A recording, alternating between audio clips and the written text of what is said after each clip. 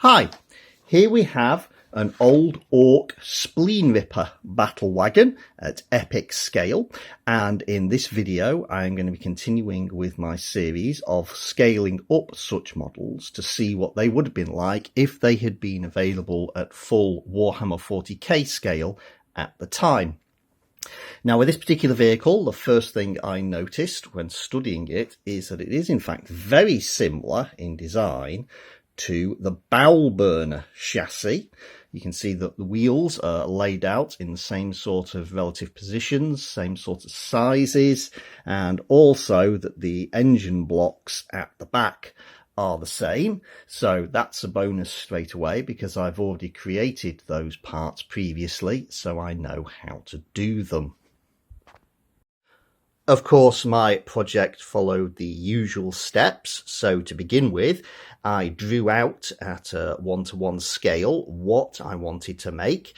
And thanks to the similarities between this and the bowl burner, I was able to just trace certain sections of the vehicle, mainly sort of the chassis and base along here and the engine block at the back. Then I just needed to fill in this main gun and the crew compartment at the back.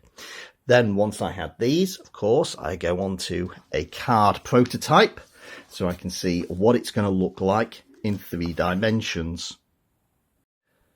Given that I was happy with how the card prototype looked, I then next moved on to recreating it in plasticard. And here is the basic core of the vehicle along with the wheels. I should note that the wheels aren't glued on yet because of the way I may want to be painting it. I'll want more access to them. And also this plate here isn't glued on yet because I may need to cut a sizable hole in this for the main gun when I come to constructing that. But now that I have the core, I'm ready to start all of the final detailing of the model.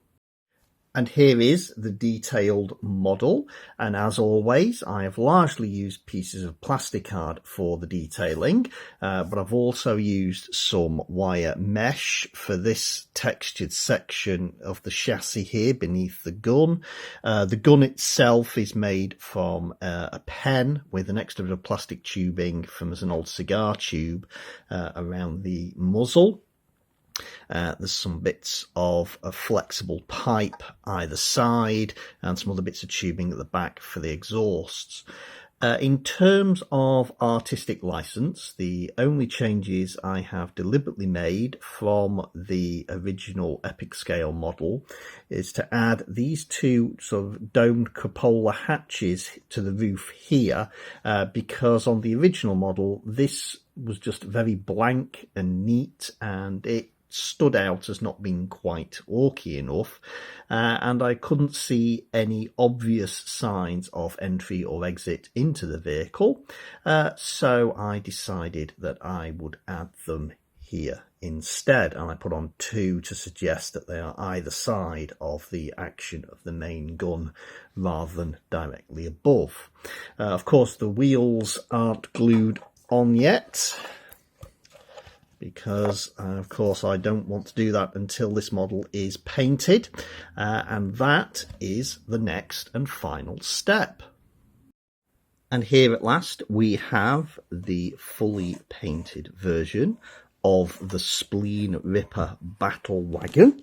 As you can see, I've gone for a Death Skulls colour scheme here because I just sort of figured the idea of just strapping a very big gun onto a simple wheeled chassis matched their sort of thought patterns. The gun and the chassis perhaps having been looted from 2 different sources, and the orcs themselves not caring whether such a large weapon goes with such a lightweight chassis or not. Now this of course is the last of the 7 upscaled epic scale battle wagons that I'm doing, but before I finish this video there is one more thing that I want to do. And here we have all of the Rogue Trader vintage battle wagon designs laid out together side by side for you to compare to one another, starting with the actual battle wagon kit that Games Workshop released for Warhammer 40,000. Then we have the Gobsmasher from the Modelling Workshop article. And there was, in fact, a second variant of this in another article that used the official battle wagon kit as its basis. And I may take a look at that in a future video looking at Rogue Trader vintage vehicles. But then we move on to the 7 battle wagons that I've covered in this little series of videos where I have just upscaled the epic scale models that were available to Warhammer 40,000 scale.